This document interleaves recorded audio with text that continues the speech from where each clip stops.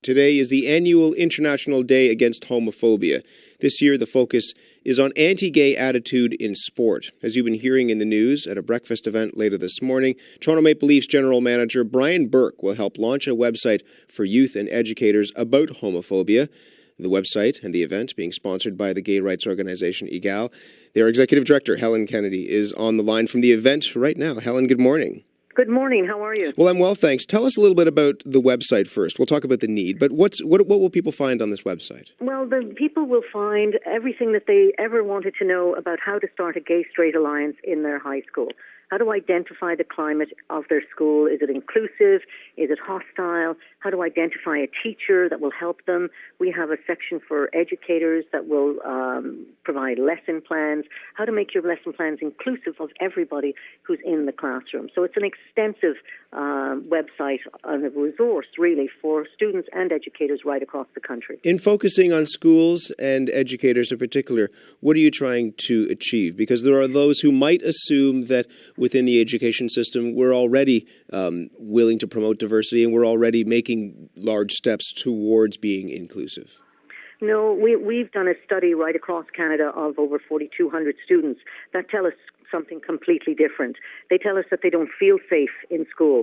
We know that two-thirds of the students hear homophobic expressions on a regular basis. We know that they're being sexually assaulted, harassed, their goods are being stolen for being gay. We know we have a massive problem, and teachers are standing by and letting it happen. So while we like to think in the downtown core of the larger urban centres, we have fantastic resources for our young gay kids, that's not true in other parts of the country. So this site will go a long way to addressing these issues. As I mentioned, the focus of this year's International Day Against Homophobia is on sport in particular. You're looking through the website at schools and school kids, but this is larger in looking at the world of professional sport. What is it about sport that allows it to be, as some people have said, one of the last bastions of homophobia? Well, I think that, it starts very young in school and has kids progress through the school system into the sports world if they're good enough to be professional athletes. But we know from our survey that a lot of kids will not approach the coach. They don't feel safe in the gym.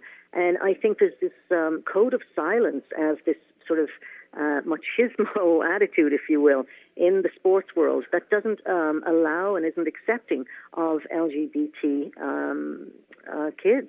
So it's still, we have a ton of work to do, and we believe as an organization that we start in kindergarten and we work our way through to the high school. And then, kids aren't born with a homophobic gene. This is something that's learned. It's a learned behavior, and it has to be addressed. Kids are one thing. Professional athletes are something completely different. I mean, I remember at the Olympics in Vancouver speaking with Mark Tewksbury, who was running what he was calling Pride House in Vancouver, yes, a place for gay athletes to come and feel comfortable. And he said that he didn't think that any athletes who were actually competing would show up, even though he knew that there were gay and lesbian athletes competing in the Olympics. What is it about sport that creates this sense where people can't be themselves and can't come out and can't feel comfortable? Well, there's a stigma attached to being gay. It doesn't matter what profession you're in. Yes, it's probably more prevalent in sports because it's a rough and tumble, very aggressive, certainly hockey anyway.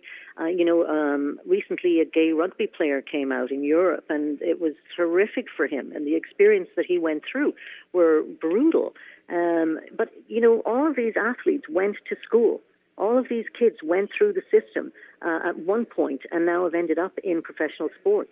If we address the issue at that level of the school kid right through to when their adult life, then I think we will go a long way to addressing some of this homophobia. You have Brian Burke, the general manager of the Toronto Maple Leafs, who's helping to launch this initiative. Remind people of his personal connection to this issue. Yeah, Brian's son, Brendan, who came out last fall, Brian was incredibly supportive of his son, which not every parent is, not every family is. So it resonated tremendously within our community. And then there was a tragic accident prior to Christmas. And this is a very emotional day for a lot of people, but particularly Mr. Burke, and we're very proud that he has agreed to join us this morning. For an organization like yours, what does it mean to have somebody like him who has that voice of authority within the sports world to come out and say, you know what, this needs to change? Yeah, I mean, for us, it's more about the young kids in this country who are going to be watching what Mr. Burke has to say. And I think for them, the message is, oh my goodness, if somebody of his stature can stand up and say it's okay to be gay, that's going to make a huge difference in a lot of young people's lives across Canada. An important event. Good luck with it, Helen. Thank you so much.